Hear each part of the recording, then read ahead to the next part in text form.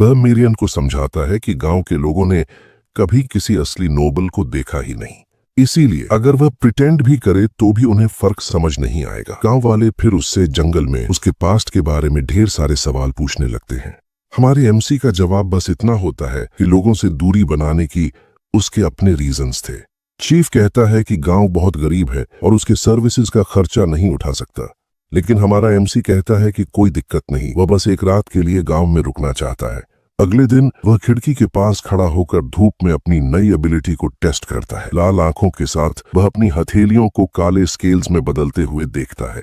उसे महसूस होता है कि ये स्केल्स धूप को काफी हद तक रोक लेते हैं, जिससे उसकी जर्नी अब आसान हो जाएगी। तभी मिरियन उसे बेवकूफ कहती है और पूछती है कि उसने झूठ क्यों बोला। हमारा एमसी कहता है कि फर्क क्या पड़ता है, वह जल्द ही यहाँ से जा रहा है और किसी को कुछ पता नहीं चलेगा। लेकिन परी जिद करती है और पूछती है कि असली गोल क्या है। उसके जवाब देने से पहले ही एक विलेजर आकर बताता है कि वे तैयार हैं। वह समझाता है कि टाइटल्स लंबी एक्सप्लेनेशन से ज्यादा भरोसेमंद होते हैं। एक टाइटल उसकी झूठ बोलने की जरूरत को 100 से घटाकर सिर्फ 10 कर देता है। हमारा एमसी जानता है कि असली नोबल्स इतनी जल्दबाजी में बने झूठ को नहीं मानेंगे, इसलिए अब से वह हर वो चीज करेगा जिससे उसका झूठ सच लगे। चीफ उसे एक लेटर ऑफ इंट्रोडक्शन थमाता है और फेलिड का ध्यान रखने को कहता है। जवान फेलिड खुद को इंट्रोड्यूस करता है और कहता है कि उससे मिलकर खुशी हुई, और इस तरह एमसी और फेलिड गांव से निकलकर कास्टल की ओर अपनी जर्नी शुरू करते हैं। रास्ते में वे पहाड़ों के बीच लंबी सड़क पर चलते हैं। एक गांव दिखते ही हमारा एमसी पूछता है कि क्या यह ब्रमिस है, और फेलिड इसकी पुष्टि कर देता है। फिर हमारा एमसी पूछता है कि क्या वह पढ़ना जानता है। फेलिड बताता है कि उसकी माँ ने उसे पढ़ना सिखाया था। वह समझाता है कि जिस आदमी से उसकी माँ प्यार करती थी उसी ने उसे पढ़ना लिखना सिखाया था। मिरियन सुझाती है कि एमसी को फेलिड से पढ़ना सीखने के लिए कहना चाहिए। फेलिड तब हैरान रह जाता है जब एमसी उससे पढ़ाने की बात करता है। फेलिड सोचता है कि एक नाइट जैसा आदमी पढ़ना कैसे नहीं जानता।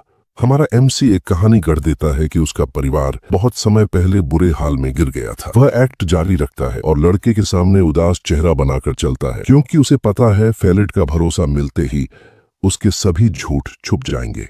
मिरियन उसकी एक्टिंग से इम्प्रेस होती है और उसकी परफॉर्मेंस की तारीफ करती है, लेकिन वह वार्निंग देती है कि अगर वह बहुत झूठ बोलेगा तो लोग शक करने लगेंगे। फेलिड की आंखें चमकने लगती हैं और एमसी समझ जाता है कि वह पूरी कहानी पर यकीन कर चुका है। फेलिड माफी मांगता है और कहता है कि उसने शुरुआत में रूमर्स की वजह से उस पर भरोसा नहीं किया। वह मानता है कि गांव में सब उसे मॉन्स्टर कहते थे और इसका उस पर असर पड़ा, लेकिन अब से फेलिड कहता है कि वह वही मानेगा जो अपनी आंखों से देखेगा। वह एमसी को पढ़ना सिखाने का ऑफर भी करता है, थोड़ा थोड़ा जब भी समय मिले। अचानक हमारा एमसी एक तेजी से फेलिड की आंख की तरफ आता हुआ तीर उसे लगने से बिल्कुल पहले पकड़ लेता है। फेलिड चीख उठता है। असलियत में उन पर सच में बैंडिट्स ने हमला किया था। फेलिड डर से कांप रहा है। उसे यकीन नहीं होता कि वे रास्ते में लूटे जा रहे हैं। बैंडिट लीडर हंसकर कहता है कि उनके डरे हुए चेहरे ने उसका समय बचा दिया। वह आदेश देता है कि सारी कीमती चीजें दे दो, नहीं तो पछताओगे। लेकिन उसका वाक्य पूरा होने से पहले ही एमसी तलवार से उस पर हमला कर देता है। एक ही स्ट्राइक में हमारा एमसी लीडर का काम तमाम कर देता है। फेलिड सदमे में जड़ हो जाता है, समझ नहीं पाता क्या हो रहा है। एक बैंडिट अपने भाई को गिरते देख चीख उठता है।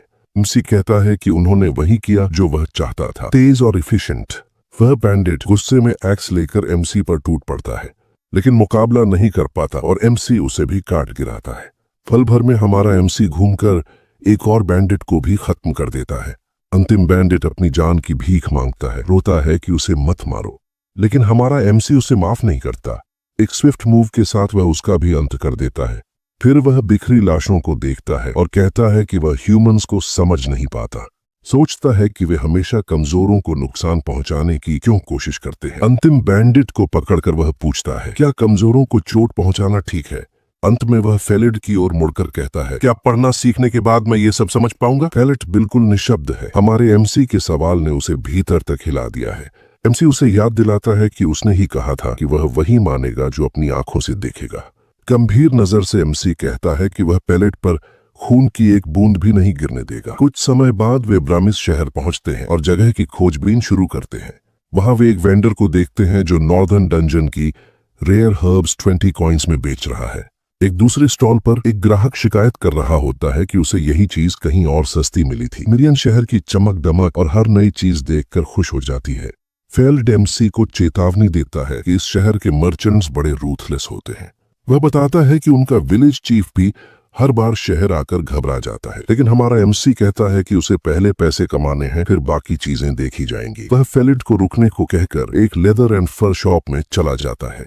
वह शॉपकीपर को अपने द्वारा शिकार किए गए वुल्फ पेल्ट्स दिखाता है और अप्रेजल मांगता है। दुकानदार हैरान रह जाता है, ये डायर वुल्फ लेदर था और वह भी इतनी बड़ी क्वांटिटी में। वह एमसी को सर से पैर तक स्केप्टिकली देखता है और उसके फटे कपड़ों से समझ जाता है कि वह कोई ड्रिफ्टर है। एक विकेट ग्रिन के साथ उसे महसूस होता है कि यह आदमी ठगा जा सकता है। फिर वह सिर्फ 18 सिल्वर कॉइन्स की ऑफर देता है और बहाना बनाता है कि लेदर डैमेज्ड है। एमसी उसे घूरता है। उसकी लाल आंखें भयंकर चमकती हैं। दुकानदार डर के मारे कांप जाता है, सोचता है कि इस आदमी की आंखें इतनी लाल क्यों हैं।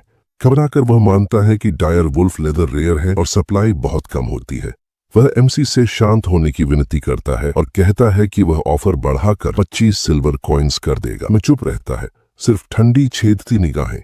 दुकानदार पसीने से तर हो जाता है और ऑफर बढ़ाकर 28 कॉइन्स कर देता है। फेलिड नेगोशिएशन बचाने के लिए घबराकर चिल्लाता है 28 कॉइन्स, लेकिन एमसी अब भी चुप रहता है। शॉपकीपर समझ नहीं पाता कि उसे कितना बढ़ाना पड़ेगा। आखिरकार वह ऑफर को 30 सिल्वर कॉइन्स तक ले जाता है और हमारा एमसी इसे स्वीकार कर लेता है। रात को कैंप लगने के बाद एमसी एक एंशिएंट स्क्रोल पढ़ने की कोशिश करता है। वह कहता है कि फेलिड ने बेसिक्स सिखा दिए हैं, लेकिन वह अभी सही तरह पढ़ नहीं पाता। लिखावट उसे सिर्फ टेढ़ी मेढ़ी रेखाओं जैसी दिखती है, जिससे वह फ्रस्ट्रेटेड हो जाता है। मिरियन उसके नए कपड़ों की तारीफ करती है, कहती है कि पैसे के हिसाब से ठीक है। वह हैरान है कि मार्केट पहले ही दिन इतने उदार कैसे हो गए। फिर वह शिकायत करती है कि एमसी को और पुश करना चाहिए था और सिल्क क्लोथ्स लेने चाहिए थे, लेकिन एमसी कहता है कि उसे तो बस सनलाइट ब्लॉक करने वाले कपड़े चाहिए। तभी मिरियन बताती है कि वैम्पायर्स तो नोबल्स ऑफ नोबल्स होते हैं, उन्हें एम्बिशन रखनी चाहिए। एमसी पूछता है कि वह इतनी जानकारी कैसे रखती है। वह कहती है स्पिरिट रेल्म में सीखा है। वह एमसी को एंशिएंट लिटरेचर पढ़ने की सलाह देती है, लेकिन वह कहता है मैं पढ़ ही नहीं सकता।